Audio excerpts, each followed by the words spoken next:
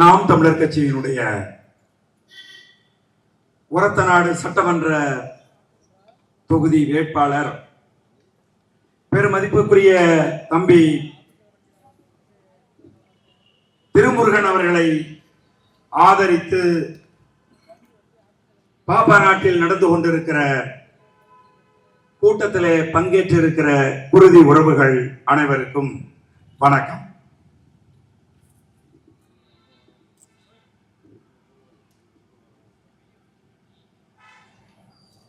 ஆயிரம் விளக்கு சட்டமன்ற தொகுதியில மிக கடுமையான பரப்புரை நாங்கள் செய்து கொண்டிருக்கக்கூடிய நேரத்தில் தம்பி திருமுருகன் அவர்கள் பாப்பா நாட்டில கூட்டம் அண்ணா நீங்கள் வந்து கலந்து கொள்ள வேண்டும் என்று கேட்டபோது என்ன சொல்லுவதென்று எனக்கு தெரியவில்லை. ஒண்ணு, இது பாப்பா நாட்டில் நடக்கிற கூட்டம், இந்த கூட்டத்துக்கு செல்ல வேண்டும் என்பது எனது ஆழ் மனதினுடைய ஆசை.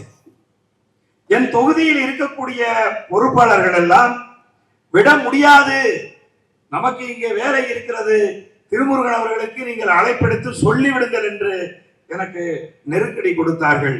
இது ரெண்டுக்கு நடுவுல சிக்கி கொண்டு இங்கு வருவதற்கு கொஞ்சம் தாமதமாகிவிட்டது. உங்களிடம் எனது வருத்தத்தினை பதிவு செய்து கொள்கிறேன். என்னுடைய அன்பு தம்பி திருவையாறு சட்டமன்ற தொகுதியினுடைய வெற்றி வேட்பாளர் இங்கே பேசுகின்ற போது ரெண்டு மிக முக்கியமான விடயங்களை குறிப்பிட்டார். ஒன்னு, ஏன் மதிப்புக்குரிய வைத்திலிங்கம் அவர்களுக்கு வாக்களிக்க கூடாது அப்படிங்கிறது தான். ஏன் அப்படின்னு கேட்டீங்கன்னா, பொதுவாகவே நீங்க பாத்தீங்கன்னா அதிமுகவுக்கும் திமுகவுக்கும் எந்த வித்தியாசமும் கிடையாது. யாராவது ஒருத்தர் இது ரெண்டுக்கும் வித்தியாசம் இருக்கு அப்படின்னு நினைச்சீங்கன்னா அது பைத்தியகாரத்தனம். இப்பொழுது இந்த நிமிடமே அந்த சிந்தனையிலிருந்து வெளியே வந்து விடுங்கள். இன்னைக்கு திமுகவினுடைய சட்டமன்றத்தில் இருக்கக்கூடியவர்களில் கிட்டத்தட்ட 11 பேருக்கு மேலாக அமைச்சர்கள் அதிமுகவில் இருந்து சென்றவர்கள். அதான் நான் வந்து வேடிக்கையாக சொல்லுவேன். அதிமுகவில் ஊழல் செய்துவிட்டு, லஞ்சம் செய்துவிட்டு, குற்றம் புரிந்துவிட்டு குற்றவாளியாக நீங்கள் திமுகவுக்கு சென்றால் அங்க ஒரு வாஷிங் மெஷின் இருக்கும். அந்த வாஷிங் மெஷின்ல போட்டு ஒரு குலுக்குவாங்க. குலுக்குனத அவர் தூய்மை அடைந்து விடுவார். அவர் செய்த குற்றம், அவர் வாங்கிய லஞ்சம் எல்லாம் மறைஞ்சு போயிடும். உடனே அவருக்கு வந்து சீட்டு கொடுத்துருவாங்க. அவர் கொடுக்கிற தொகைக்கு தகுந்த மாதிரி பொறுப்புகள் வந்து கொடுக்கப்படும். நல்லா யோசிச்சு பாருங்களேன். ஒரத்தநாடு சட்டமன்ற தொகுதியில வைத்திலிங்கம் அவர்களை 2016 நிறுத்திய போது திமுக ஒருத்தரை வந்து நிறுத்துச்சு, பெயர் சொல்ல விரும்பவில்லை. அவரை நிறுத்தினுச்சு. அவர் என்ன சொன்னாரு அப்படின்னு கேட்டீங்கன்னா, நாம் தோற்க வேண்டும் என்பதற்காகவே வைத்திலிங்கத்திற்கு எதிராக எனக்கு சீட்டு கொடுத்திருக்கிறீர்களா, நான் இந்த தொகுதியில் நிற்க மாட்டேன் என்று அந்த திமுக காரர் ஒரு மிக முக்கியமான புள்ளியினுடைய தம்பி மறுத்தார். அன்றைக்கு துணை முதல்வராக இருந்த மதிப்புக்குரிய முத்துவேல் கருணாநிதி ஸ்டாலின் அவர்கள் திகைத்து போய்விட்டார். இப்படி கடைசி நிமிடத்துல இப்படி ஒருவர் சொல்லுகிறாரு, நான் வேட்பாளராக இந்த ஒரத்தநாடு சட்டமன்ற தொகுதியிலே வைத்திலிங்கத்தை எதிர்த்து நிற்க மாட்டேன் என்று சொல்லுகிறாரு. என்ன செய்வதென்று கையை பிசைத்து கொண்டு நின்ற போது ஒரு சன்னமான குரல், தம்பி ஸ்டாலின் இங்கே வா என்று அழைத்தது. அது எங்கள் ஐயா கட்டுமரம் கலைஞர் அவர்களினுடைய குரல். உழைச்சி சொன்னாரு, என்னடா பிரச்சனை ஒரத்தநாட்டுலன்னு கேட்டாரு. இந்த மாதிரி நான் ஒரு இளைஞரை நிறுத்தி இருந்தேன், அவர் இப்ப நிக்க முடியாதுங்கிறாரு. வைத்திலிங்கத்தை எதிர்த்து நின்றால் தோற்பது உறுதி என்று தெரிந்தும் நான் அந்த தொகுதியில நிற்க மாட்டேன் என்று சொன்ன போது கலைஞர் அவர்கள் சொன்னாரு, அங்க ஒருத்தன் எம் ராமச்சந்திரன் ஒருத்தன் இருப்பான், அவனுக்கு சீட்டு விடுறான்னு சொன்னாரு. உடனே ஸ்டாலின் அவர்கள் யார் அந்த எம் ராமச்சந்திரன் என்பதை அலசி ஆராய்ந்து கேட்டுவிட்டு சொன்னார், அவர் 5-10 வருடங்களுக்கு முன்பாகவே அவர் ஓய்வெடுத்து விட்டார். இப்ப அரசியல் செயல்பாட்டில் அவர் இல்லை, அவருக்கு சீட்டு கொடுத்தால் எப்படி, அவருக்கு கொடுக்க முடியாது என்று சொன்ன போது கலைஞர் கருணாநிதி அவர்கள் சொன்னார்கள், எம்ஆருக்கு கொடுக்கிற சீட்டு எனக்கு கொடுக்கிற சீட்டாக நினைத்து தமிழ்நாட்டில் எனக்கு ஒரே ஒரு சீட்டு எம் ராமச்சந்திரனுக்கு கொடு, அவன் வைத்திலிங்கத்தை அடித்து வீழ்த்துவான், அவன் வெற்றி அடைவான் என்று சொல்லி வைத்திலிங்கத்துக்கு சீட்டு கொடுத்தார். இதை நான் ஏன் சொல்றேன்னா, வைத்திலிங்கம் ஒன்றும் வீழ்த்த முடியாத டெல்டாவினுடைய தளபதி எல்லாம் கிடையாது. எல்லாம் சொல்லுவாங்க டெல்டாவின் தளபதி. பல 4 முறை அவர் வெற்றி அடைந்து வைத்திலிங்கம் அவர்கள் மதிப்புக்குரிய முன்னாள் அமைச்சர் அண்ணா திராவிட முன்னேற்ற கழகத்தினுடைய மதிப்புக்குரிய வைத்திலிங்கம் அவர்கள் வீழ்த்த முடியாத தலைவர் கிடையாது. எங்கள் ஐயா எம் ராமச்சந்திரன் ஆத்துக்கரை எல்லாம் நாங்க அப்படிதான் சொல்லுவோம். என் சொந்தக்காரர் மாதிரி அவரு ஆத்துக்கரை லைன்ல ஐயா கு தங்கமுத்து அவர்கள் நின்ற போது அதிமுக காரர்களே சொல்லுவார்கள், நான் காதில் கேட்டு இருக்கிறேன். என்னது, எம்ஆர் நின்று போயிட்டாரு, என்ன பண்றது, எம்ஆருக்கு தான் ஓட்டு போடணும், எம்ஆர் நிக்கிறது திமுகங்கிறத பத்தி அதிமுக காரர்களுக்கு கவலை இல்லை. நிற்பது எம்ஆர். எம்ஆர் எப்படியாப்பட்டவர், நேர்மையானவர், உண்மையானவர், மக்களோட மக்களாக நிற்பவர். அடிப்படையில் ஆதி திராவிட மக்களோடு, இந்த பட்டியல் சமூகத்து மக்களோடு தோள் கொடுத்து நின்று அவர்களுடைய நல்லது கெட்டதுல பங்கெடுக்கிற ஒரு தலைவர். அதனால அவருக்கு ஆத்துக்கரை லைன்ல தங்கமுத்து அவர்கள் எம்ஆர் போட்டியிட்ட போதெல்லாம் தோத்து போனார். அந்த எம்ஆருக்கு சீட்டு கொடுத்து 2016 மதிப்புக்குரிய வைத்திலிங்கம் அவர்களை தோற்கடித்திருக்கிறார். இந்த 2026 என் உயிர் தம்பி திருமுருகன் இதே நிலத்தில் அந்த வைத்திலிங்கத்தை திரும்பவும் தோற்கடிப்பார். தோற்கடிக்க முடியாத தலைவர்கள் ஒண்ணு இல்ல. ஒரே ஒரு கேள்விதான், என் தம்பி கேட்ட கேள்வியை நான் அழுத்தம் திருத்தமாக கேட்கின்றேன். சென்ற முறை 2016 இந்த 4 முறையும் அதிமுக காரர்கள் வைத்திலிங்கம் அவர்களுக்கு எதற்காக ஓட்டு போட்டீங்க? இந்த மக்கள் எதற்காக வாக்களித்தார்கள்? அதிமுக ரெட்டலை சின்னத்துல மதிப்புக்குரிய ஐயா வைத்திலிங்கம் அவர்கள் நின்ற போது அதிமுக கட்சியை சேர்ந்தவர்கள் எதற்காக அவருக்கு ஓட்டு போட்டீங்க? திமுக வரக்கூடாது என்பதற்காக நீங்கள் ஓட்டு போட்டீங்க. திமுகவை தோற்கடிக்க வேண்டும் என்பதற்காக நீங்கள் வாக்களித்தீர்கள். ஒரு தடவை வாக்களிச்சீங்களா? இல்ல, தொடர்ச்சியா 4 தடவை நீங்கள் வாக்களித்தீர்கள். வாக்களித்து அவரை வெற்றியடைய செய்தீர்கள். உண்மையாகவே உங்களுக்கு எம்ஜிஆர் மீது பற்று இருந்துச்சுன்னா, உண்மையாகவே அம்மையார் ஜெயலலிதா அவர்களை நீங்கள் நேசித்தது உண்மை என்று சொன்னார், திமுகவை தோற்கடிக்க வேண்டும் என்பதற்காக இந்த ஒரத்தநாடு தொகுதியில நீங்கள் மதிப்புக்குரிய வைத்திலிங்கம் அவர்களுக்கு வாய்ப்பளித்தது சத்தியம் என்று சொன்னார். உங்களுக்கு ஒரு துரோகம் பண்ணியிருக்காரு. அதிமுக கரை வேட்டி கட்டிக்கொண்டு நடமாடுகின்ற என் ரத்த உறவுகளே, குருதி சொந்தங்களே, உங்களுக்கு மதிப்புக்குரிய வைத்திலிங்கம் அவர்கள் துரோகம் செய்திருக்கிறார். உங்களை ஏமாற்றி இருக்கிறார். நல்லா புரிஞ்சுக்கங்க. உங்களை ஏமாற்றி விட்டு, உங்களுக்கு துரோகம் செய்து விட்டு, இன்றைக்கு எந்த திமுக வரக்கூடாது என்று நீங்கள் வாக்களித்தீர்களோ, எந்த ரெட்டலை வெல்ல வேண்டும் என்று நீங்கள் வாக்களித்தீர்களோ, அந்த திமுகவில் போய் வேட்பாளரா இன்னைக்கு நின்றுட்டு இருக்காரு. அவரை வெல்ல விடலாமா? எம்ஜிஆரை நேசிப்பவர்களே, வெல்ல விடலாமா? அவர்களை எதிர்த்து இந்த அதே மாதிரி நான் இன்னொன்னு சொல்லிக்கிறேன். திமுக நினைச்சா எனக்கு ரொம்ப மன வேதனையா இருக்கும், ரொம்ப மனசு கஷ்டமா இருக்கும்.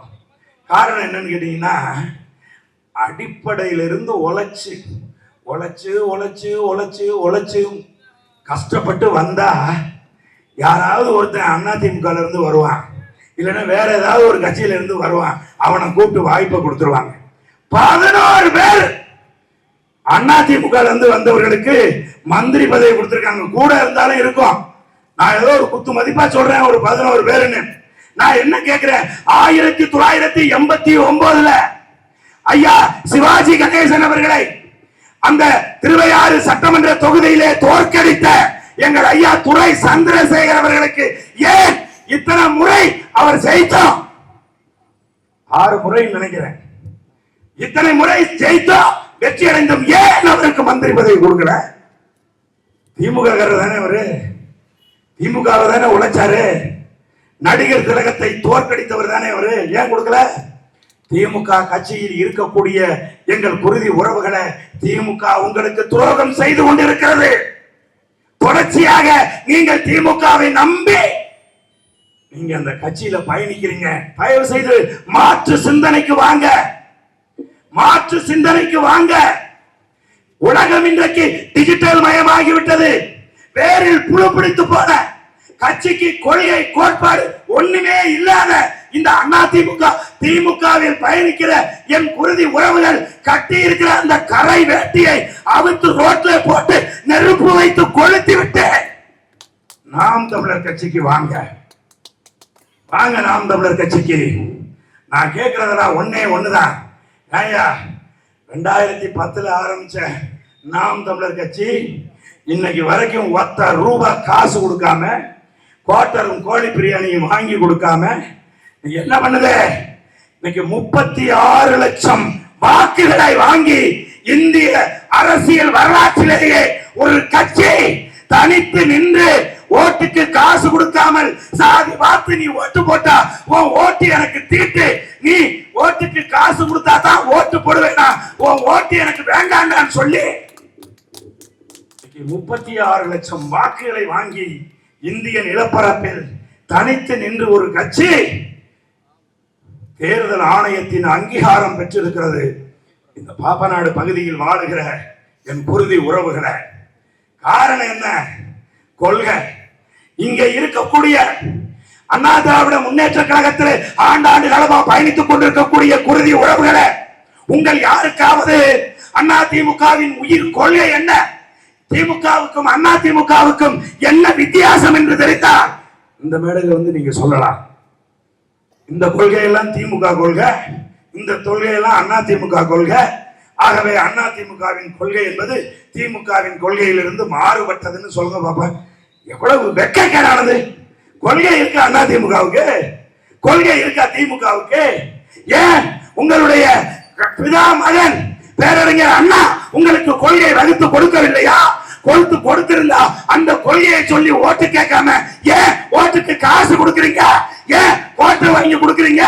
ஏன் கோழி பிரியாணி வாங்கி கொடுத்து இந்த மக்களை ஏமாத்துறீங்க?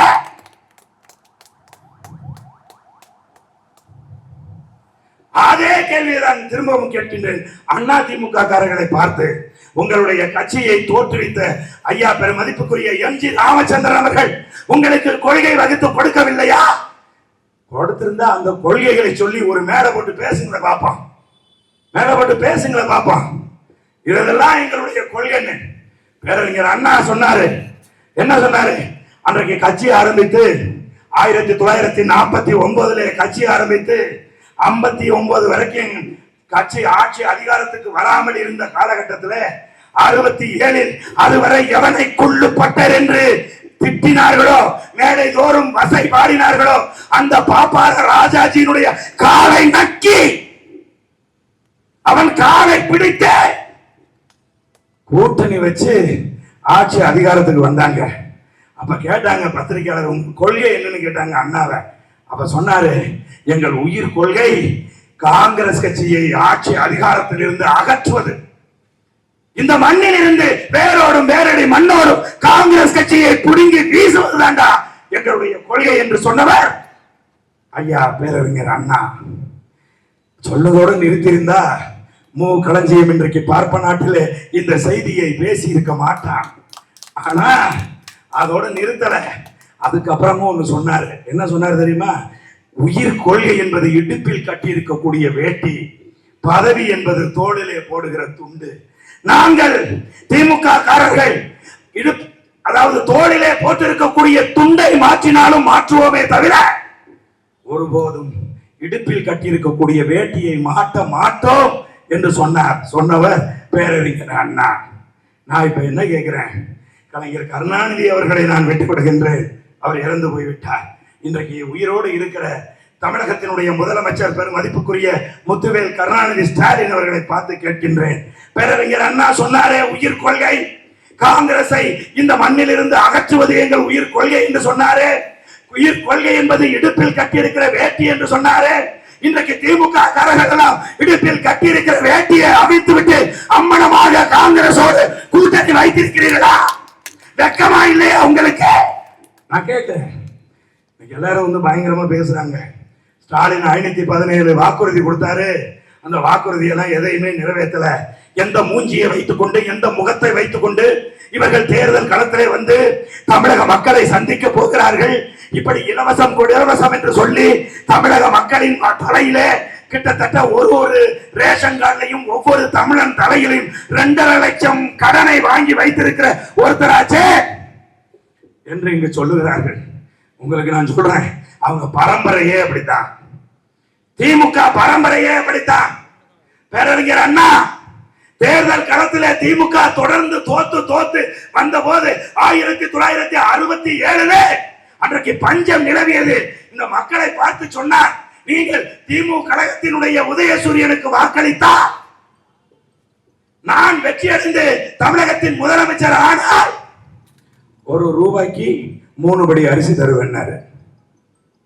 மறுக்கிறதுக்கு யாராவது இருந்த திமுக காரர்கள் இங்கேயே வரலாம், வந்து பேசலாம்.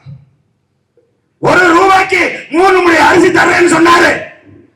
பஞ்சும் பசியும் பட்டணியிலும் கிடந்த என் தமிழ் சொந்தங்கள், அண்ணா படிச்சவர், எம்ஏ ஆங்கிலம் படித்தவன் பொய் சொல்ல மாட்டான். நம்ம வடிவேல் சொல்றது மாதிரி சிவப்பா இருக்கிறவன் பொய் சொல்ல மாட்டான்னு சொன்னால, அந்த மாதிரி பேரறிஞர் அண்ணா படித்தவர், பண்புள்ளவர், மேடைகளிலே பயங்கரமா பேசக்கூடிய ஒருத்தர். ஆகவே படித்தவர் ஒருபோதும் பொய் சொல்ல மாட்டார். அதனால அவருக்கு ஓட்டு போடுவோம் அப்படின்னு சொல்லி தமிழக மக்கள் திமுக கழகத்துக்கு ஓட்டு போட்டு வெற்றியடைய வைத்து அண்ணா முதலமைச்சர் ஆகிவிட்டார். அந்த வாக்குறுதியை கொடுக்கின்ற போது ஒரு பத்திரிகையாளர் கேட்டார், அண்ணா நீங்கள் வெற்றியடைந்து ₹1 3 படி அரிசி கொடுக்கவில்லை என்று சொன்னார், உங்களை என்ன செய்யலாம் என்று கேட்டார்கள். அதுக்கு அண்ணா கொஞ்சம் கூட தயக்கம் இல்லாம சொன்னாரு, நான் சட்டையை கலட்டி விட்டு முச்சந்தியில் வந்து நிற்கின்றேன், மக்களிடம் சாட்டையை கொடுத்து என் முதுகிலே அடிக்க சொல்லுங்கள் என்று சொன்னார். மக்கள் வாக்களித்து விட்டார்கள். கொடுத்த வாக்குறுதி ₹3 படி அரிசி. என் அன்பான குருதி உறவுகளை, 3 மாதங்கள் ஆனது. தமிழகத்தில் இருக்கக்கூடிய ஏழை எளிய மக்கள், பஞ்சத்திலே வாடிக்கொண்டிருந்த மக்கள், பேரறிஞர் அண்ணா படித்தவர் பொய் சொல்ல மாட்டார் என்று திமுக கழகத்துக்கு வாக்களித்த மக்கள் காத்து கிடந்தாங்க. ₹1 3 படி அரிசி கொடுப்பாருன்னு கொடுக்கல. அப்ப பத்திரிகையாளர்கள் கேட்டார்கள், பேரறிஞர் அண்ணா நீங்கள் சொன்னது போல வெற்றி அடைந்த பிறகு ஆட்சி அதிகாரத்துக்கு வந்து 3 மாதங்கள் ஆகிவிட்டது, நீங்கள் இன்னும் ₹1 3 படி அரிசி கொடுக்கவில்லை. ஆகவே நீங்க சொன்ன மாதிரி எப்ப முச்சந்திக்கு வர போறீங்க, எப்ப சட்டையை கலட்ட போறீங்க? மக்கள் சாட்டையோடு தயாராக இருக்கிறார்கள் உங்களை அடித்து நொறுக்குவதற்கு என்று கேட்டார்கள். அண்ணா தான் வந்து வாய் ஜாலத்துல பெரிய மன்னனாச்சே. வார்த்தை ஜாலம் இன்னைக்கு வரைக்கும் திமுக புழைச்சிட்டு இருக்கிறது இந்த வார்த்தை ஜாலத்தால தான் புழைச்சிட்டு இருக்கு. உடனே அண்ணா சொன்னாரு, 3 படி என்பது எங்கள் லட்சியம், 2 படி நிச்சயம் அப்படின்னு. அடேங்க அப்பா, பொய் சொன்னாலும் எப்படி சொல்றாங்க பாரு. கீழே விழுந்தாவிட மீசையில மண்ணு ஓட்டல பத்தியா, நான் எப்படி விழுந்தேன், எப்படி கூட்டிக்காரன் அடிச்சேன், ஆனா மீசையில மண்ணு ஓட்டலங்கிறது மாதிரி பேரறிஞர் அண்ணா படித்தவர் என்ன சொன்னாரு, 3 படி எங்கள் லட்சியம், 2 படி நிச்சயம் அப்படின்னாரு. யோசிச்சு பாருங்க. இந்த பரம்பரையில் வந்த கலைஞர் மு கருணாநிதி அவர்கள், நாங்கள் அவரை செல்லம்மா கட்டுமரம் ஐயா கலைஞர் கருணாநிதி என்று பேரன்பு கொண்டு அவரை அழைப்போம். மதிப்புக்குரிய ஐயா கலைஞர் கருணாநிதி அவர்கள் என்ன சொன்னாங்க, 2006 நிலம் இல்லாத 5 லட்சம் குடும்பங்களுக்கு ஒரு குடும்பத்துக்கு 2 ஏக்கர் நிலம் நான் கொடுக்கிறேன்னு சொன்னாரு. இந்த மக்கள் அதை நம்பினார்கள். ஏன், கலைஞர் வந்து பல தடவை முதலமைச்சராக இருந்தவர், திமுக காரரு, ஜெயிச்சுட்டா 2 ஏக்கர் நிலம் கொடுத்துருவாரு அப்படின்னு நம்பி ஓட்டு போட்டார்கள். கலைஞர் கருணாநிதி அவர்கள் 5 லட்சம் குடும்பத்துக்கு 2 ஏக்கர் நிலம் கொடுத்தாரா கேட்டீங்கன்னா கொடுக்கல. அது மட்டுமா, கலைஞர் ஐயா கருணாநிதி அவர்கள் சொன்னாங்க, என்ன சொன்னாங்க, கூவம் ஆற்றை நான் தூய்மைப்படுத்த போகிறேன் என்று சொன்னார். கூவ ஆற்றை தூய்மைப்படுத்தி அதுல நான் படகு ஓட்ட போறேன். என்னுடைய மக்கள் மாலை வேலைகளிலே காதலர்கள் கொஞ்சி குழாவுவார்கள், குடும்பத்தோடு வந்து காத்து வாங்கி மகிழ்வார்கள், இளைஞர்கள் கூவத்திலே குளித்து நெகிழ்வார்கள் அப்படிங்கலாம் கவிதை தீட்டினாரு. தீட்டிட்டு யாரா இளிச்சவாயன் இருக்கான்னு பார்த்தாரு.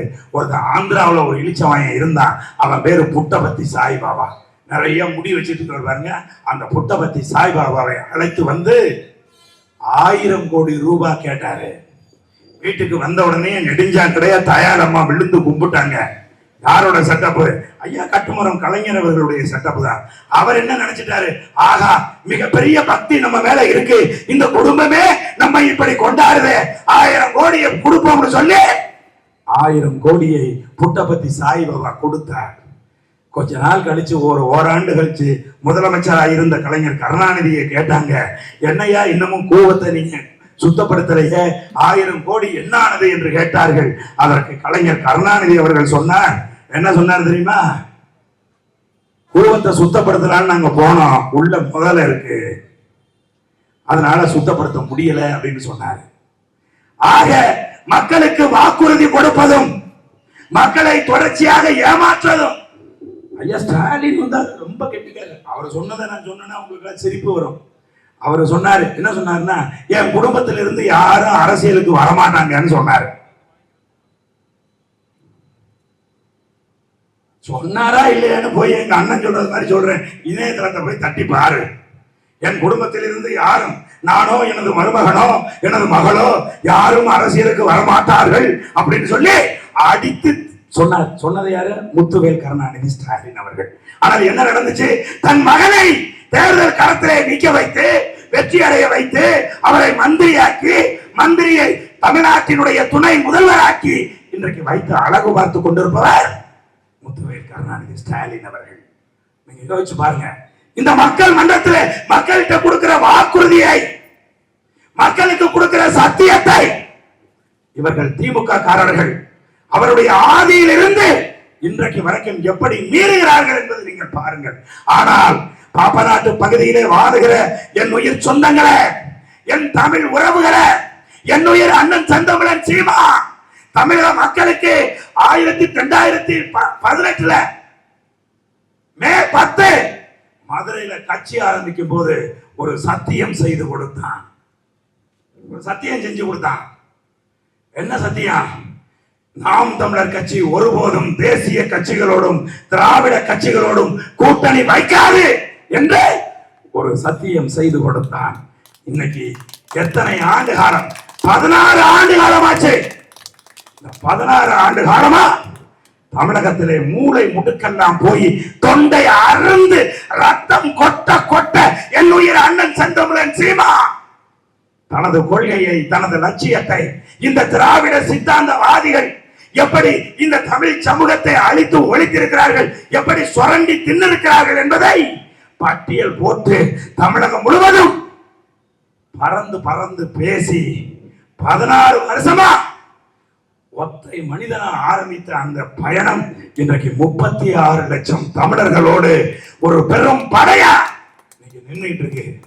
தாழ்ந்து வீழ்ந்து கிடக்கிற இந்த தமிழ் சமூகத்தை மீட்டெடுக்க வேண்டும் என்று ஒரு பெரும் படையை கட்டி என் தம்பி திருமுருகனை ஒரு பெரும் அந்த படையின் தளபதியாக ஒரத்தநாடு சட்டமன்ற தொகுதியிலே இன்றைக்கு நிறுத்தி இருக்கிறார். எழுத்து நிற்கிற ஐயா வைத்திலிங்க யாரு தெரியுமா? போட்டிருக்கிறாங்க. முதல்ல தேர்தலில் நிற்கும் போது அபிடவிட்ல அவர் போட்டிருக்காரு, அவருடைய சொத்து மதிப்பு 38,24,000 ரூபாய் என்று போட்டிருக்கிறார். சொத்து மதிப்பு எவ்வளவு? முதல்ல தேர்தலில் நிற்கும் போது 38 லட்சம். நிலவரங்கள், வீடு, அதெல்லாம் அசையும் சொத்து, அசையா சொத்து இதெல்லாம் கொடுக்கணும். அதெல்லாம் சேர்த்து பார்த்தா ஒரு 38 லட்சம் வந்திருக்கு. அது ஒரு சாதாரணமா தொகை தான். அதே மதிப்புக்குரிய வைத்திலிங்கம் அவர்கள் அந்த 5 ஆண்டு காலம் முடிந்த பிறகு அடுத்த தேர்தலில் தாக்கல் செய்திருக்கிறார். அப்ப அவருடைய சொத்து மதிப்பு என் அன்பான உறவுகளை 38 லட்சம் கோடி.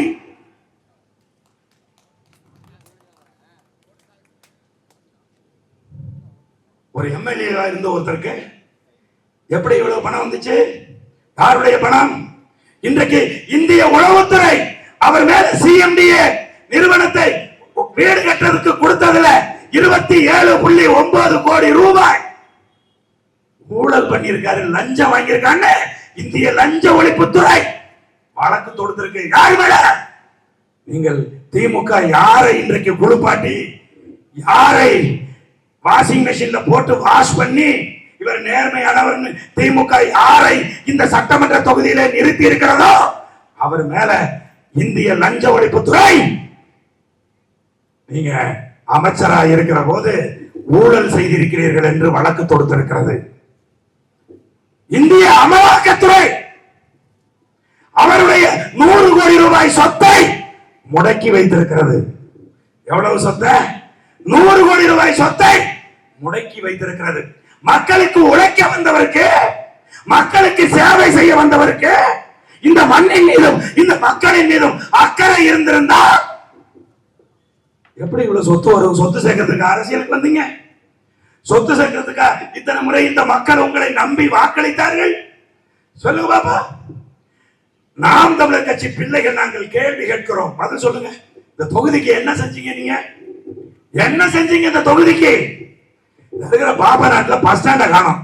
வரும்போதுதான் நான் பார்த்தேன், அதிர்ச்சி அடைஞ்சிட்டேன். என்னடா அது பாபா நாட்டுல பஸ் ஸ்டாண்ட காணோம்? இந்த குளம் எத்தனை வருஷமா குப்பை தொட்டியா மாறி கிடக்கு தெரியுமா? இதெல்லாம் செய்யாம எம்எல்ஏ பதவி எதுக்கு? எம்எல்ஏ பதவி யாராவது செத்து போயிட்டா ஒரு மாலையை கொண்டு போட்டுட்டு கொஞ்ச நேரம் அப்படியே சோகமா உட்கார்ந்து இருந்துட்டு எழிஞ்சிட்டு வர்றதுக்கா எம்எல்ஏ பதவி?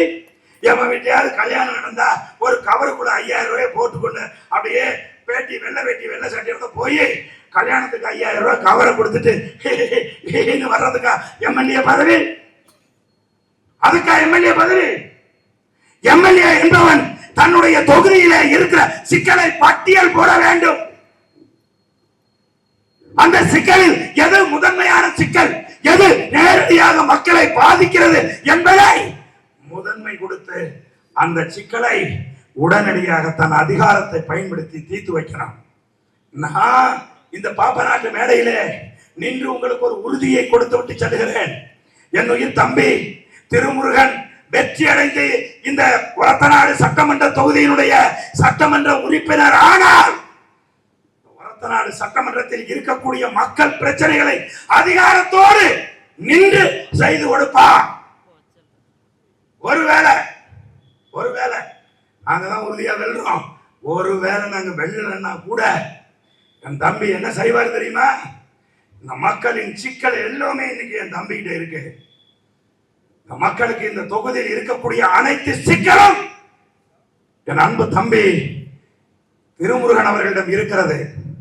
வெல்ல என்று சொன்னால் போராட்டம் நடத்தி அந்த சிக்கல்களை இந்த மக்களுக்கு நாங்கள் தீர்த்து கொடுப்போம். என் அன்பான உயிர் மக்களே, நாங்கள் மக்களுக்கானவர்கள், இந்த மண்ணின் மைந்தர்களாக இந்த மண்ணை நான் கேட்கிறேன். இன்னைக்கு இந்த தமிழ்நாட்டுல மலையை வெட்டி விற்கிறவன் யாருன்னு திமுக காரர்களுக்கு தெரியுமா தெரியாதா?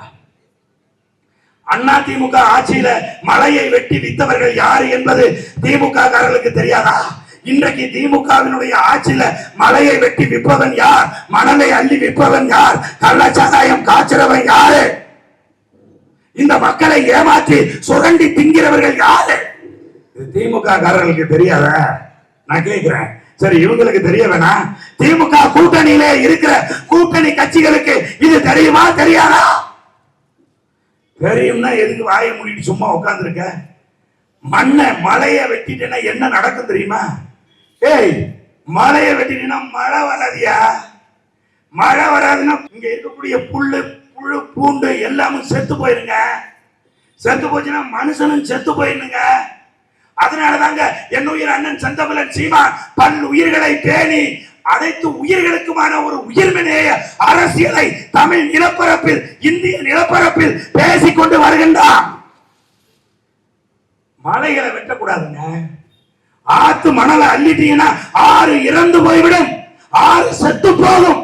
ஆறு செத்து போனா எங்களுக்கு என்னடா நினைக்கிறீங்களா? நிலத்தடி நீர் 1000 அடியில போயிருங்க. குடிக்க தண்ணி கிடைக்காதுங்க, குடிக்க தண்ணி இருக்காது. தென்னாப்பிரிக்காவினுடைய கேப் டவுன் என்கின்ற ஊர்ல இன்றைக்கு 1000 அடிக்கு மேல போர் போட்டாலும் ஒரு சொட்டு தண்ணி வரமாட்டேங்குதுங்க. காரணம் என்ன? அவர்கள் மீத்தேன் எடுத்தார்கள், ஹைட்ரோ கார்பன் எடுத்தார்கள், மலைகளை வெட்டி வித்தார்கள், மனதை அள்ளி தின்றார்கள். நெட்ல போய் பாருங்க. அது போல நமக்கு ஒரு பத்தி இருந்துச்சுன்னா அது என்ன அவன் வீடு தானே அப்படின்னு நம்ம உட்கார்ந்து இருப்போம். இன்றைக்கு 50 வயதுக்கு மேலே வாழ்ந்து கொண்டிருக்கக்கூடியவர்களுக்கு சிக்கல் இல்லை. உங்களுக்கு நீங்கள் அதை கடந்து சென்று விடலாம். டாஸ்மார்க் சாராயத்தை வாங்கி குடித்து விட்டு இந்த திமுக அரசு இன்றைக்கு விற்று கொண்டிருக்கக்கூடிய போதைப் பொருள்களை வாங்கி பயன்படுத்தி விட்டு ஒரு 60 வயசு 70 வயதுக்குள் நீங்கள் உங்கள் வாழ்க்கையை முடித்து விடலாம். ஆனால் என் அன்பான உறவுகளை, உங்கள் அடுத்த தலைமுறை பிள்ளைகள், உங்கள் பேரன் பேத்திகள், அவர்களுடைய பிள்ளைகள் இந்த நிலப்பரப்புல சுமூகமாக மகிழ்ச்சியாக அவர்கள் வாழ வேண்டாமா? அதற்காக இந்த பூமியை நீங்கள் பாதுகாத்து விட்டு செல்ல வேண்டாமா? அப்படி செல்ல வேண்டும் என்றால் அந்த அரசியலை பேசுகின்ற நாம் தமிழர் கட்சிக்கு, விவசாய சின்னத்துக்கு தானே நீங்கள் வாக்களிக்க வேண்டும். 60 வருஷமா இதுல நம்ம ஊர்ல நிறைய பேர் சொல்லுவாங்க, என்ன கொடுமைன்னா இந்த மார்ச் 1ஆம் தேதியில இருந்து தமிழகத்துல நடக்கிற கொடுமை இருக்கு பாருங்க, அந்த கொடுமையெல்லாம் தாங்கிக்கவே முடியல. ஏங்க, ஒரு திமுக காரன் கழுத்துல திமுக துண்டை போட்டுக்கிட்டு ஒரு திமுக கட்சி கொடி கட்டின கார்ல அப்படி கையை வச்சுட்டு போஸ் கொடுக்குறா ஒரு ஆளுங்க, ஒரு வயசான ஆளு.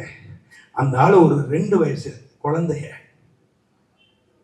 நாமக்கல்ல குமாரபாளையத்துல 2 வயசு குழந்தைய பாலியல் துன்புறுத்தலுக்கு உட்படுத்தி கொலை செஞ்சுட்டாங்க. இந்த கூட்டத்தில் இருக்கக்கூடிய என் ரத்த சொந்தங்களை, பெண்கள் தான் இருக்கிறீங்க, கற்பனை செஞ்சு பாருங்க. 2 வயசு பிள்ளைய அப்படி பார்க்க முடியுமாடா? அப்படி நினைக்க முடியுமாடா? எந்த திமிர்ல அவனுக்கு அந்த எண்ணம் வருது? எந்த திமிர்ல வருது? திமுக காரன் என்கின்ற திமிர்ல வருதா? இல்ல டாஸ்மார்க் போதை அந்த திமிரை உனக்கு கொடுக்குதா? அல்லது போதை பொருள் கஞ்சா உனக்கு அந்த திமிரை கொடுக்குதா? இதை யாரு தட்டி கேட்கணும்? காவல்துறையை கட்டுப்பாட்டிலே வைத்திருக்கக்கூடிய மதிப்புக்குரிய முத்துவேல் கருணாநிதி ஸ்டாலின் அவர்கள் இதை தடுத்து நிறுத்தணுமா வேண்டாமா? நாங்குநேரியிலே இந்த மார்ச் மாசம் 1ஆம் தேதி இரட்டை படுகொலை, சிவகங்கையிலே மிக மோசமான வன்முறை, அதே போல இந்த ஊத்தாங்கரையில ஒரு மிக மோசமான பாலியல் துன்புறுத்தல். என்னது? ஒரு 75 வயது மூதாட்டியை, அவருடைய மருமகனை சிவமணியை அடித்து கொன்றுவிட்டு அந்த மூதாட்டியை பாலியல் வல்லுறவுக்கு உட்படுத்தி கொலை செய்திருக்கிறார். அடுத்து மதுராந்தகத்தில் ஒரு 7 வயது பிள்ளையை கடத்தி சென்று கூட்டு பாலியல் வல்லுறவுக்கு உட்படுத்தி இருக்கிறார்கள். இதெல்லாம் யாருடைய ஆட்சியில? திமுகவின் ஆட்சியில காவல்துறை ஆட்சியருக்கு இதை கட்டுப்படுத்துகின்ற அதிகாரம் யாரிடம் இருக்கிறது? ஐயா முத்துவேல் கருணாநிதி ஸ்டாலின் இருக்கிறது. திரும்பவும் தொடரணுமா தமிழ்நாட்டில் ஆட்சி திரும்பவும் தொடர்ந்தா நாடு மண்ணோடு மண்ணாக போய்விடும். உங்கள் பெண் பிள்ளைகளுக்கு பாதுகாப்பு இருக்காது. எதை பத்தியும் கவலை கிடையாது எங்க முதலமைச்சருக்கு. அவர் திருச்சியில ஒரு மாநாடு போட்டுட்டு கட்சிக்காரங்க எல்லாம் கூப்பிட்டு பிரியாணி பரிமாறிட்டு இருப்பாரு. மக்களை பத்தி கவலைப்படாத. எங்க அண்ணன் சொன்னா, இதெல்லாம் பார்த்தா மார்ச் 1ஆம் தேதியில இருந்து மார்ச் மாதம் முழுதும் பாலியல் துன்புறுத்தல்கள், மார்ச் மாதம் முழுதும் படுகொலைகள், மார்ச் மாதம் முழுதும் பெரும் குற்றங்கள் தொடர்ந்து நடந்துட்டு இருக்கு. எங்க அண்ணன் சொன்னா, பாலியல் குற்றம் ஒருத்தன் செய்கிறான் என்றால், என் மண்ணில் என் ஆட்சியில் ஒருவன் ஒரு பெண்ணை கையை பிடிச்சு இருக்கிறான், அந்த பெண்ணை பாலியல் குற்றம் புரிகிறான் என்று சொன்னார், அவனை நான் சுட்டுக் கொள்ளுவேன். சொன்னது என்னுடைய அண்ணன் செந்தமிழன் சீமான் சொன்னான். நாங்கள் ஆணும் பெண்ணும் சமம் என்று பார்ப்பவர்கள் இல்லை, ஆணுக்கு பெண் சமம் என்று பார்ப்பவர்கள். ஆணுக்கு பெண் சமம் என்று பார்ப்பதால் தான் இந்திய நிலப்பரப்புல 33% இட ஒதுக்கீட்டை இன்னைக்கு வரைக்கும் நடைமுறைப்படுத்தல. ஐயா மோடி அரசு 33% இட ஒதுக்கீட்டை சட்டமாக்கியது, ஆனால் நடைமுறைப்படுத்தல. ஆனால் எந்த ஆட்சி அதிகாரத்துக்கும் வராத என்னுடைய அண்ணன் செந்தமிழன் சீமா நாம் தமிழர் கட்சி ஆணுக்கு பெண் சமம் என்பதால் 234 தொகுதியில 117 பெண்களை நாங்கள் இன்றைக்கு நிறுத்தி இருக்கிறோம். அப்ப இந்த நிலப்பரப்பில் இருக்கக்கூடிய பெண்கள் யாருக்கு ஓட்டு போடணும்? இந்த நிலப்பரப்பில் இருக்கக்கூடிய பெண்கள் யாருக்கு ஓட்டு போடணும்? நான் உண்மையாகவே சொல்லுகிறேன், இந்த நிலப்பரப்பில் இருக்கக்கூடிய பெண்கள் இருவரைத்தான் கடவுளாக மதிக்க வேண்டும். ஒன்று 64,000 நூல்கள் வாசித்து எல்லா துன்ப பூட்டுகளுக்கும் ஆட்சி அதிகாரமே தீர்வு என்று சொன்ன சட்ட மாமேதை அம்பேத்கர் அவர்களை இந்த நிலப்பரப்பில் வாழுகிற பெண்கள் கடவுளாக மதிக்க வேண்டும். ஏன் அவரை கடவுளா மதிக்கணும்? அவர் சட்ட அமைச்சராக இருந்த போது இந்து மத திருத்த சட்டத்தில் பெண்களுக்கு என்னென்ன உரிமைகள் கொடுக்க வேண்டும் என்று சட்டம் இயற்றினார். இன்றைக்கு பெண்கள் அனுபவித்துக் கொண்டிருக்கக்கூடிய அத்தனை சட்டங்களையும் இயற்றி அதை நடைமுறைப்படுத்த வேண்டும் என்று இந்திய நாடாளுமன்றத்தில் போர்க்குரல் எழுப்பி ஒரு போராளியாக எழுந்து நின்றார். அன்றைக்கு இருந்த காங்கிரஸ்காரர்கள் பொம்பளைக்கு சொத்துல பாதி பங்கா கொடுக்க முடியாது, ஒரு பெண் ஒரு ஆண் எத்தனை பெண் ஆணை ஒரு ஆண் எத்தனை பெண்ணை வேணாலும் திருமணம் செய்து கொள்ளலாம், அது அவனது உரிமை, அதை சட்டம் போய் தடுக்க கூடாது என்று சொன்னார்கள். புரட்சியாளர் அம்பேத்கர் சொன்னார், ஒரு பெண்ணை திருமணம் செய்துவிட்டு இன்னொரு பெண்ணை நெஞ்சில் ஒருவன் நினைத்தால் அவனை பிடிச்சி 7 வருஷம் சிறையில போடணும் நான் சொன்னவன் புரட்சியாளர் அம்பேத்கர். அதை அன்றைக்கு இருந்த அந்த பணக்காரர்களாக திரண்டிருந்த ஆதிக்க சாதியினராய் திறந்திருந்த பெண்ணடிமை சிந்தனை மூளை முழு நிரம்பி போயிருந்த அந்த சனாதன பேர்வழிகள் அன்றைக்கு அதை ஏற்கவில்லை. புரட்சியாளர் அம்பேத்கர் அவர் எழுந்து உட்கார்ந்து ஏதோ எழுதிட்டு இருந்தாரு. என்னடா எழுதுறான்னு எல்லாரும் பார்த்தாங்க. தன்னுடைய சட்ட அமைச்சர் பதவியை எழுதி கிழித்து அந்த மன்றத்திலே தூக்கி வீசிவிட்டு போங்கடா நீங்களும் உங்க சட்ட மந்திரியும் சொல்லிவிட்டு போன ஒருத்தர் புரட்சியாளர் அம்பேத்கர். அவர்தான் இந்த நாட்டில் இருக்கக்கூடிய பெண்களுக்கெல்லாம் பெரும் தலைவர், பெண்கள் போற்றத்தக்கவர், பெண்கள் வணங்கத்தக்கவர். அதற்கு அடுத்து என் உயிர் அண்ணன் செந்தமிழன் சீமான். இன்றைக்கு நாம் தமிழர் கட்சியில நாங்கெல்லாம் பேசுறோம். என்னுடைய தம்பி செந்தில்நாதன் அவர்கள் பேசிவிட்டு சென்றார்கள். என் தம்பி திருமுருகன் மிக அழகாக பேசக்கூடிய ஒருவர். நாங்கள் எல்லாம் பேசி கேட்டிருக்கிறீர்கள். எங்கள் கட்சியினுடைய பெண் பிள்ளைகள், என் தங்கைகள், நாம் தமிழர் கட்சியிலே பயணிக்கிற என்னுடைய தங்கைகளை பேசுகிற பேச்சை நீங்கள் கேட்டீர்களே. ஆனால் இவ்வளவு பெரிய அறிவும் ஆற்றலும் அரசியல் தெளிவும் இவர்களுக்கு எங்கே இருந்து வந்தது என்று நீங்கள் வியந்து போவீர்கள். என் அன்பான உறவுகளை, அந்த ஆற்றலை அந்த அறிவை உருவாக்கி கொடுத்தது என் உயிர் அண்ணன் செந்தமிழன் சீமான். அரசியலா பார்க்காதீங்க, சீமான அரசியலா பார்க்காதீங்க, ஒரு பேர் அறிஞனா பாருங்க. இன்றைக்கு தமிழகத்துல அரசியல் களத்துல இந்த நிலப்பரப்பிலே வாழுகிற மக்களை, இந்த மக்களினுடைய வாழ்க்கையை, அடுத்த தலைமுறை பிள்ளைகளினுடைய வாழ்க்கையை பற்றி கவலைப்பட்டு அரசியல் செய்து கொண்டு இருக்கக்கூடிய ஒரே ஆளே அண்ணன் சீமான் மட்டும்தான். அரசியல் எப்படி தெரியுமா? தலைகீழ் மாற்றம். இங்கே ஒரு திமுக மேடை, ஒரு அண்ணா திமுக மேடையா இது இருந்திருந்தா எனக்கு பின்னாடி ஒரு 10 பேர் உட்கார்ந்து இருப்பாங்க. இவர் இங்க பேசிட்டு இருப்பாரு, மேடையில பேசுறவரு, அந்த பக்கம் ஒரு 4 பேர் உட்கார்ந்துட்டு அவங்க ஒரு மீட்டிங் போட்டுட்டு இருப்பாங்க. இந்த திராவிட சிந்தனையை அடியோடு ஒழித்து, இந்த திராவிட கலாச்சாரத்தை ஒழித்து கட்டி அரசியலிலே ஒரு புது ரத்தம் பாய்ச்சி எவன் பேசுகிறானோ அவன் தான் மேடையில் இருக்க வேண்டும். அதே மாதிரி நான் கூட பேச ஆரம்பிக்கும் போது, என் உயிர் தம்பி செந்தில்நாதன் பேச ஆரம்பிக்கும் போது நீங்க பார்த்திருப்பீங்க, நாங்கள் வந்தோம், இந்த நிகழ்வில் கூடி இருக்கக்கூடிய உறவுகளுக்கு வணக்கம் என்று சொல்லிவிட்டு எங்கள் பேச்சை நாங்கள் தொடங்கி விட்டோம்.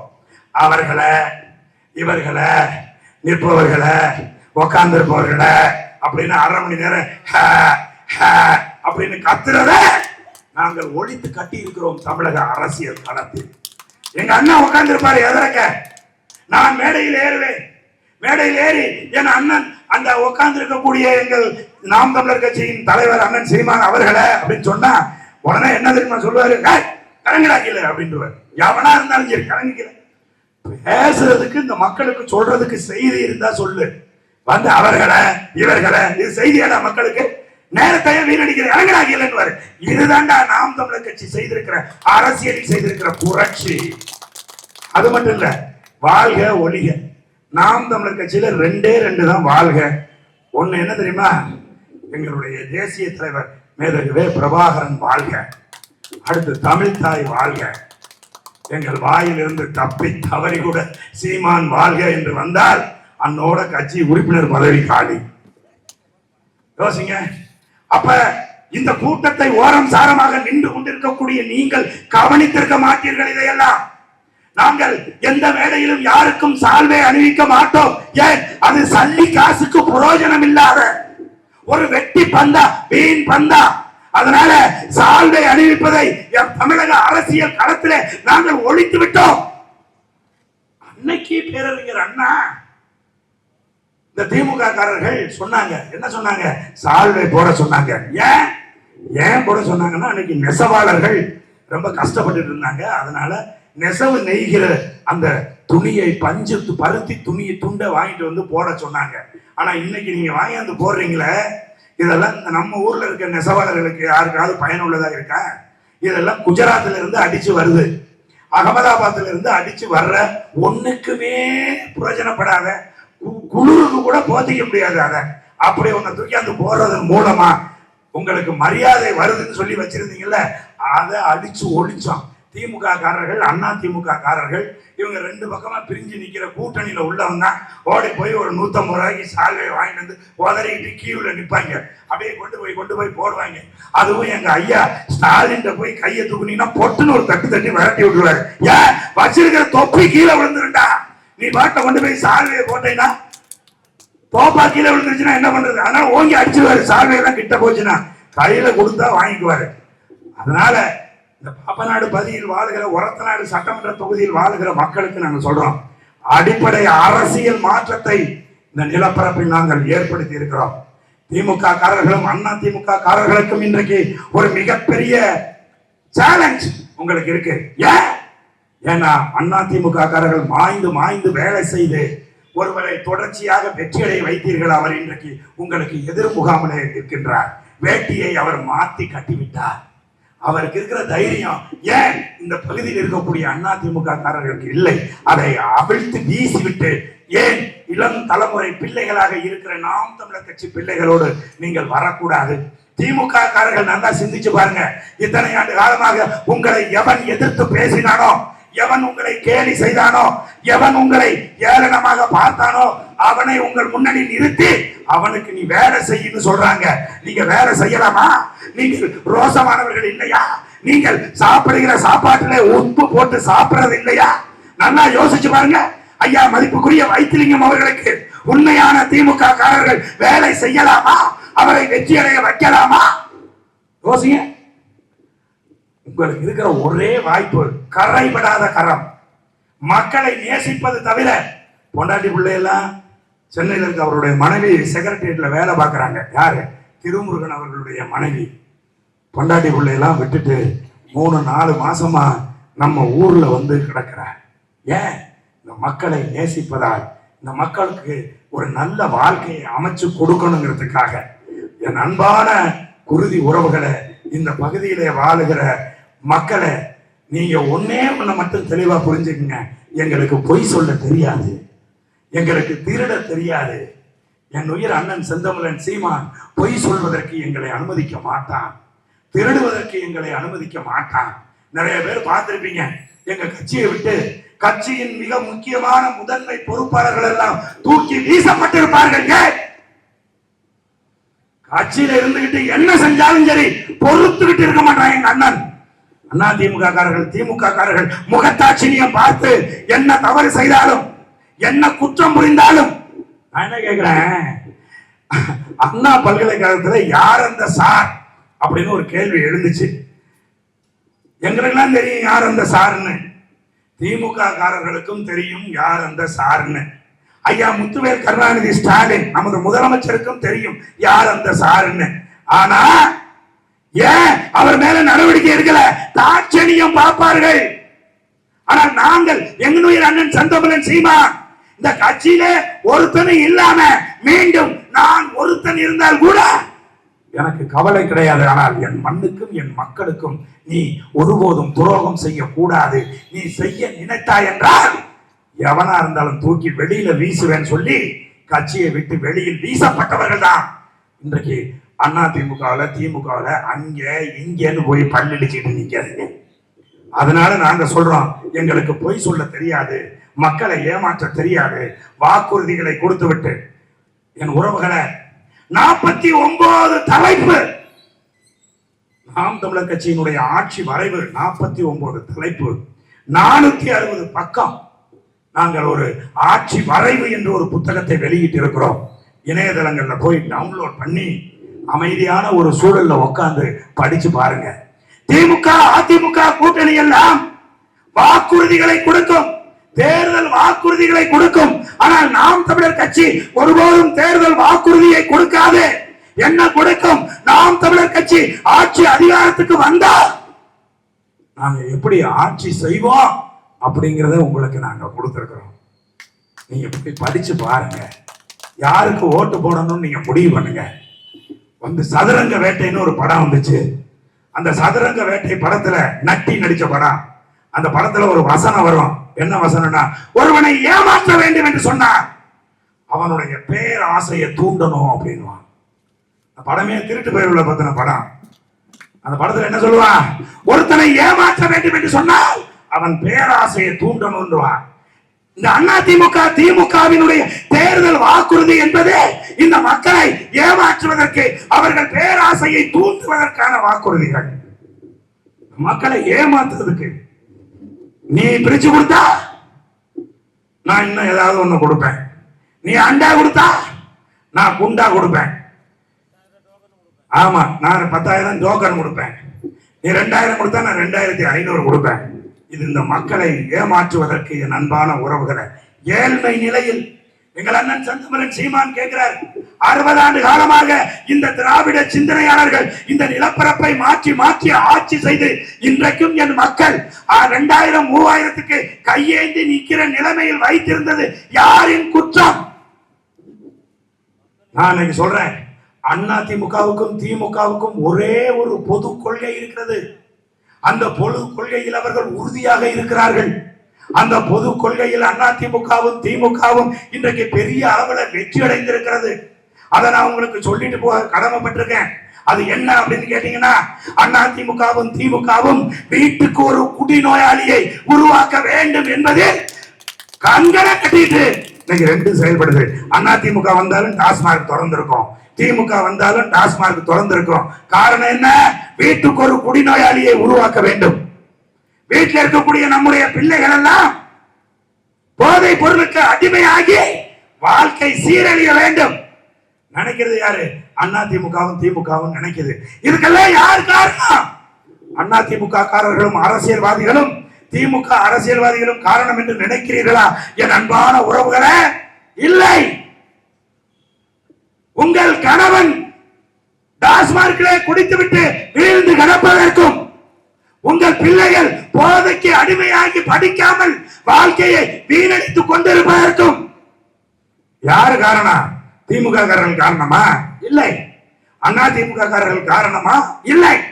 நீங்கள் தான் காரணம். நீங்கள் தான் காரணம். என் அன்பான மக்களே, நீங்கள் தான் வாக்கு போட்டு சாதாரண ஐயா வைத்திலிங்கம் அவர்களை சட்டமன்ற உறுப்பினராக ஆக்குறது நீங்களா? நல்லா யோசிச்சு பாருங்க. ஆகவே இந்த பாப்பாநாட்டு பகுதியிலே வாழ்கிற என் குருதி உறவுகளை, அதிலும் குறிப்பா ஆம்பலாப்பட்டு பகுதியிலே வாழ்கிற மக்கள். ஆம்பலாப்பட்டுனா எனக்கு தெரிஞ்சு 75 ஆண்டு கால கம்யூனிச சிபிஐயினுடைய விழாவை எடுத்த ஒரு பெருமை மிக்க ஊர் அந்த ஊர். ஐயா காமராஜர் அவர்கள் ஆம்பலாப்பட்டுக்கு வந்தபோது கதவடைப்பு போராட்டம் நடத்தி ஊரே வெறிச்சோடி போய் கடந்துச்சு அப்படின்னு சொல்லுவாங்க. தாழ்த்தப்பட்ட ஒடுக்கப்பட்ட மக்களுக்காக போராடி களத்திலே உயிர் விட்ட ஆறுமுகம் பிறந்து வளர்ந்த ஊர் அந்த ஊர். அந்த ஊர்ல இருந்து ஒரு புள்ள, அந்த ஊர்ல இருந்து புள்ள எங்கள் ஐயா மதிப்புக்குரிய ஆசிரியர் சதாசிவம் ஐயா ஆம்பலாப்பட்டு. அவர் பேரை சொன்னா எல்லோரும் கையெடுத்து கும்பிடுகிற அளவுக்கு நற்பெயர் வாங்கிய ஒரு ஆசிரியருடைய மகன் திருமுருகன் அவர்கள் ஆம்பலாப்பட்டு மண்ணில் இருந்து இந்த தொகுதியின் சட்டமன்ற வேட்பாளராக நிற்கிறார். ஆம்பலாப்பட்டு மண்ணுக்கு எத்தனையோ வரலாறு இருக்கு, எத்தனையோ வீரம் செறிந்த மண் அந்த மண்ணு. அந்த மண்ணுக்கு ஒரே ஒரு வரலாறு இல்லை. அது என்னன்னா, அந்த மண்ணில் இருந்து ஒரு சட்டமன்ற உறுப்பினரோ அல்லது நாடாளுமன்ற உறுப்பினரோ இதுவரை தேர்ந்தெடுக்கப்படவில்லை. எவ்வளவு பெரிய ஊருங்க, எவ்வளவு பெரிய ஊரு. உங்களுக்கு எல்லாம் பெருமை இல்லையா? உங்களுக்கு எல்லாம் பெருமை இல்லையா? நம்ம ஊர்ல இத்தனை ஆண்டு கால அரசியல் தமிழக வரலாற்றுல இவ்வளவு அரசியல் பெருமை மிகுந்த ஆம்பல் மண்ணிலிருந்து ஒரு சட்டமன்ற உறுப்பினர் கூட வரவில்லையே என்கிற ஏக்கம் உங்களுக்கு இல்லையா? அப்படி இருக்கு அப்படின்னு சொன்னா கட்சி எல்லாம் தூக்கி குப்பையில் வீசிவிட்டு என் தம்பி திருமுருகனுக்கு நீங்க வந்து விவசாய சின்னத்தில் வாக்களியுங்க. இந்திய நிலப்பரப்பில் விவசாய சின்னம் என்பது யாருமே கவனிக்கப்படாமல் பல ஆண்டுகளாக கிடந்தது. அதை போய் தூத்தி தட்டி அதை எடுத்துக்கிட்டு வந்தவன் எங்கள் அண்ணன் செந்தமிழன் சீமான். இது ஒரு விவசாய பூமி. தஞ்சை நிலம் என்பது டெல்டா மாவட்டம், தமிழகத்தின் நெற்களஞ்சியம். நஞ்சையும் புஞ்சையும் கொஞ்சி விளையாடுகிற தஞ்சை தரணி. இந்த விவசாய நிலத்திலே விவசாய சின்னத்திலே என் தம்பி திருமுருகன் வேட்பாளராக நிற்கிற போது தோற்கலாமா? என் ரத்த சொந்தங்களே, குருதி உறவுகளே, தோற்கலாமா? ஒரு விவசாயி தோற்றால் அது நீங்கள் தோற்றது போல ஆகாதா? தோற்கலாமா? யோசிங்க. அதனால என் அன்பான தமிழ் சொந்தங்களே, இன்றைக்கு தமிழகத்தில் ஒரு புதிய அரசியல் புரட்சி தொடங்கிருச்சு. ஒருத்தன் வந்துட்டான், இப்ப நடுவில் ஒருத்தன் புதிய சக்தின்னு ஒருத்தன் வந்தான். என் தம்பி செந்தில்நாதன் திருவையார் வேட்பாளர் போகும்போது சொல்லிட்டு போனான், அண்ணன் பொண்ணுடுவன் கொண்டு அவனை பத்தி மட்டும் ஒரு வார்த்தை கூட நீங்க பேசக்கூடாது என்று சொல்லிவிட்டு சென்றார். ஆனால் நான் பேசியே ஆக வேண்டிய கட்டாயத்தில் நான் இன்றைக்கு இருக்கிறேன். காரணம் என்னன்னா, அனில் சம்பத் அப்படின்னு ஒருத்தன் இருக்கிறான். நாஞ்சில் சம்பத். எனக்கு அனில் சம்பத்துன்னு சொல்லியே பழகி போச்சு. அதனால நாஞ்சில் சம்பத்துன்றது மறந்து போச்சு. அந்த ஆள் ஒரு அரசியல் நாடோடி. அந்த ஆள் இல்லாத கட்சியே கிடையாது. பொதுவாக நான் யாரையும் மேடையில அவன் இவன் என்று பேசுவதில்லை. அப்படி பேசினா எங்க அண்ணன் உறுதியா இந்த வீடியோவை பார்ப்பார். ஒரு நாள் நைட்டு 3 மணிக்கு போன் எடுப்பாரு. தம்பி என்ன பண்ணிட்டு இருக்கீங்க நீங்க? பாப்பா நாட்டுல போய் என்ன பேசுனீங்க? எதுக்காக ஐயா முத்துவேல் கருணாநிதி ஸ்டாலின் நம்ம முதலமைச்சரை அவனை இவன் ஏன் பேசுனீங்க? இனி 5 மேடைகளில் நீங்கள் அண்ணன் இருக்கும்போது நீங்கள் பேசக்கூடாது, உன்னை நான் பேச அனுமதிக்க மாட்டேன் என்று ஓவர் போன்லயே தடை போடுற ஒரு தலைவர் தான் எங்க தலைவர். ஆனாலும் என் அண்ணன் என்னை 5 மேடைகளில் பேச வேண்டாம் என்று சொன்னாலும் இந்த நாஞ்சில் சம்பத் என்பவனை நான் மரியாதை கொடுத்து பேச மாட்டேன். ஏன் அப்படின்னு கேட்டீங்கன்னா, நாஞ்சில் சம்பத் சொல்றான், சீமான் என்னும் ஒரு சில்ற பைய அப்படிங்கிறான். ஏண்டா மானம் கெட்டவனை, உன்னை போல திமுக ஆரம்பிச்சு மதிமுகவுக்கு வந்து அப்புறம் இருக்கிற என்னென்ன கட்சிகள்லாம் போய் இன்னைக்கு காசுக்கு பிச்சை எடுத்துக்கொண்டு நிற்கிறவனாடா நாங்க. கேட்கிறேன், ஏன் தெரியுமில்ல அப்படி சொல்றான்? இவங்க வந்து ஈரோட்டில் நாங்கள் மேடை ஓட்டோம், காவல்துறை எங்களுக்கு 82 கண்டிஷன் போட்டது. நாங்கள் சேலத்திலே மாநாடு ஓட்டோம், காவல்துறை எங்களுக்கு 52 கண்டிஷன் போட்டது. தஞ்சாவூரிலே நாங்கள் மாநாடு ஓட்டோம், எங்களுக்கு 40 கண்டிஷன் போட்டது. ஆனால் சீமான் திருச்சியிலே ஒரு மிகப்பெரிய மாநாடை போட்டான், அவனுக்கு ஒரு கண்டிஷன் கூட போடலன்னு சொல்றதுக்காக அவன் சொல்றான், சீமான் என்கின்ற ஒரு சில்லற பையன் திருச்சியில மாநாடு போட்டான்னு சொல்றான். ஏண்டா அயோக்கிய பையல, உங்களோட கொண்டு போய் எங்களை பொருத்தி பாக்குறியா? நீ எங்களை பொருத்தலாமா? உங்களுக்கு அந்த தகுதி இருக்கிறதா? டேய், திருச்சியில 5 லட்சம் பேர் இல்லடா, 6 லட்சம் பேருக்கு மேல திருச்சியில் நாங்கள் திரண்டோம். ஒரே ஒரு சம்பவம். டேய், இந்த தமிழ்நாட்டில் நாங்கள் மேடையை போட்டுட்டு பெண்கள் ஆண்கள் எந்த பக்கம் உட்காரணும் அப்படிங்கிறத வடிவமைக்கிற போது, பத்திரிகையாளர்கள் எந்த பக்கம் இருக்கணும்னு சொல்லும் போது, காவல்துறை அதிகாரிகள் காவல்துறையினர் எந்த பக்கம் உட்கார வேண்டும் என்று இருக்கை போட்டு உட்கார வைக்கிற கட்சியில எங்க கட்சி. திருச்சியிலே நாங்கள் மாநாடு நடத்திவிட்டு நான் சென்னைக்கு போய் கொண்டிருக்கிறேன். காவல்துறை உயர் அதிகாரி எனக்கு அழைப்பெடுக்கிறார். அவர் கேட்கிறார், என்ன களஞ்சியம்? என்னோட பாய்ஸுக்கெல்லாம் ஒருவேளை இல்லையாமே என்று காவல்துறை உயர் அதிகாரி என்னிடம் கேள்வி கேட்கிறார். அதுபோல கண்ணியமாக, நேர்மையாக, உண்மையாக மக்களின் தலைவனா என் உயிர் அண்ணன் செந்தமிழன் சீமான் ஒரு மாநாடு போட்டா அது எவ்வளவு கண்ணியமா இருக்கும், அது எவ்வளவு ஒழுக்கமா இருக்கும், எவ்வளவு நேர்மையா இருக்கும் என்பது தமிழ்நாட்டுல எல்லாருக்கும் தெரியும். குறிப்பா காவல்துறைக்கு நல்லா தெரியும். அதனாலதான் எங்களுக்கு கண்டிஷன் போடல. நீங்க உங்களுக்கு கண்டிஷன் போட்டிருக்காங்கன்னா உங்க செயல்பாடு அப்படி. 6 லட்சம் பேர் திரண்டு இருந்தார்கள். ஒரே ஒரு வார்த்தை அந்த 6 லட்சம் பேரையும் எழுந்து நிற்க வைத்து அந்த 6 லட்சம் பேரும் அமைதியாக அப்படி ஒரு குண்டூச போட்டீங்கன்னா அது அப்படி சவுண்ட் கேட்கும். அப்படியான ஒரு ஆழ்ந்த அமைதி அந்த ஒரே ஒரு வார்த்தை ஏற்படுத்தியது. என் அன்பான உறவுகளை, அந்த வார்த்தை வேற எதுவும் இல்லை, அகவணக்கம்.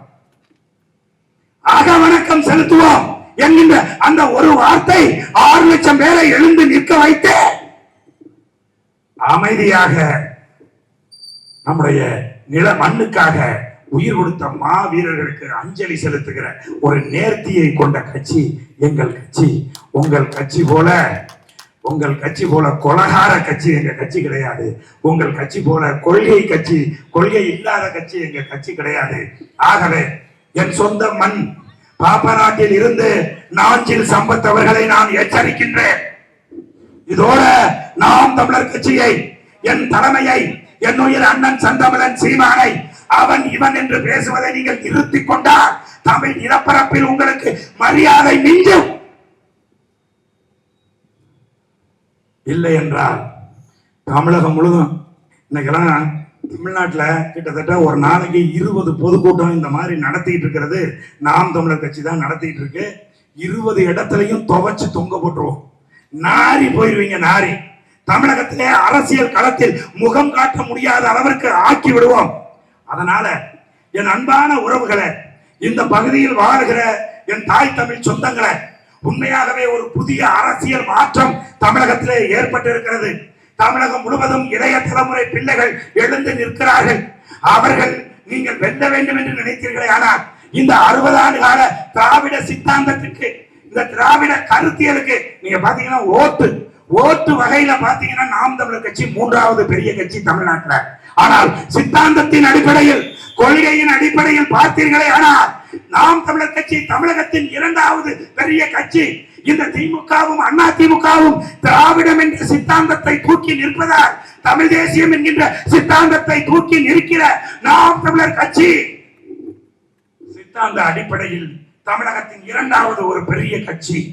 60 ஆண்டுகளுக்கு பிறகு இப்பொழுதுதான் திராவிடம் தனது நேர்மையான, உண்மையான, சரியான எதிரியை சந்தித்திருக்கிறது. நாங்கள் இந்த திராவிட சிந்தனையாளர்களை அடித்து நொறுக்குவோம். தமிழ் நிலப்பரப்பில் இருந்து அண்ணா திமுகவை வேரோடு வேரடி மண்ணோடு புடுங்கி வீசுவோம். தமிழ்நாட்டிலே நாம் தமிழர் கட்சியின் ஆட்சியை நிறுவுவோம். இந்த உரத்த நாட்டிலே என் தம்பி திருமுருகனை நீங்கள் வெல்ல வைத்து சட்டமன்றத்துக்கு நீங்கள் அனுப்ப வேண்டும் என்று கேட்டு வாய்ப்புக்கு நன்றி கூறி விடைபெறுகிறேன். நாம் தமிழர்.